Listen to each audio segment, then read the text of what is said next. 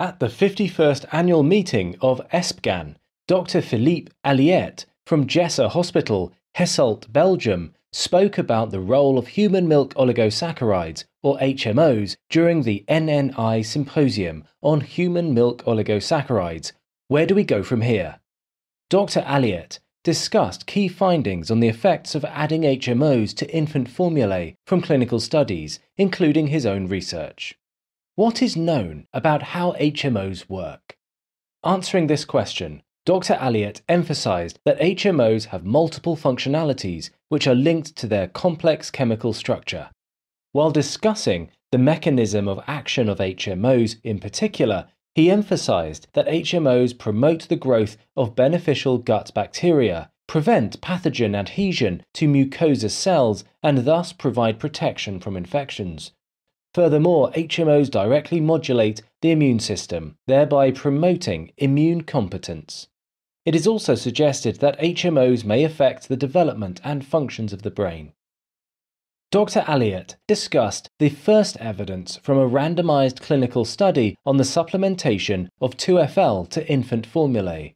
In this study, Mariage and colleagues reported that infants receiving formulae with 2FL had normal growth, and uptake of 2FL in formula-fed infants was similar to that of breastfed infants. Furthermore, infants fed a formula containing 2FL had lower inflammatory cytokines than those fed a formula containing no HMO. Continuing his talk, Dr. Alliet discussed findings from a clinical study he and his colleagues conducted.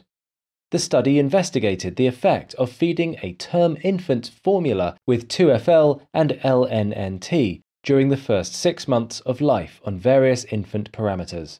This randomized controlled clinical study assessed the infant parameters for growth, digestive tolerance, stool microbiota, or metabolic signature, as well as morbidity. The research team observed normal growth in the experimental group, with weight gain similar to that of the control group.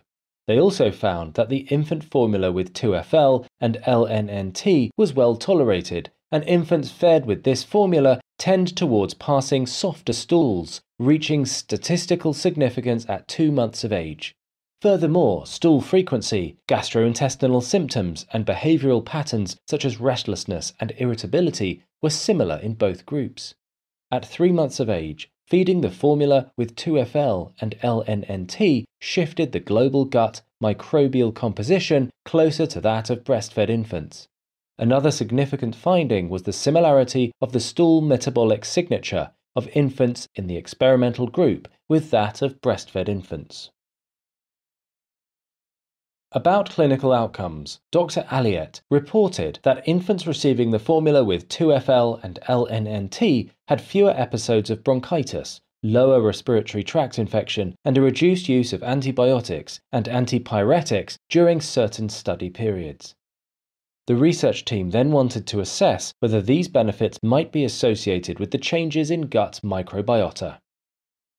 Therefore, the stool microbiota profiles were grouped into 3 main Fecal Community Type groups, or FCTs, regardless of the feeding groups.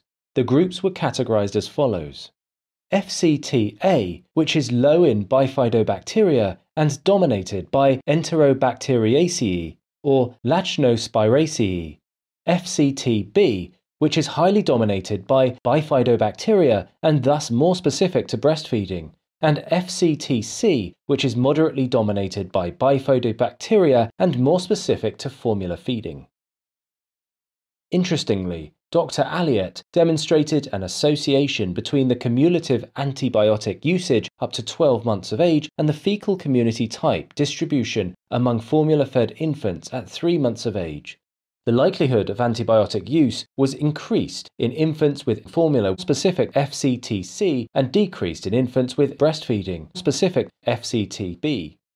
Infants receiving formula with 2FL and LNnT had more FCT-B and less FCT-C than those in the control group. He concluded his talk by highlighting that infant formula with 2FL and LNnT are safe and well tolerated and promote FCT-B, which is seen in breastfed infants. He further added that both 2FL in infant formulae and human breast milk are absorbed in a similar way, and 2FL in infant formulae induces a lower inflammatory cytokine profile, which is closer to breast milk.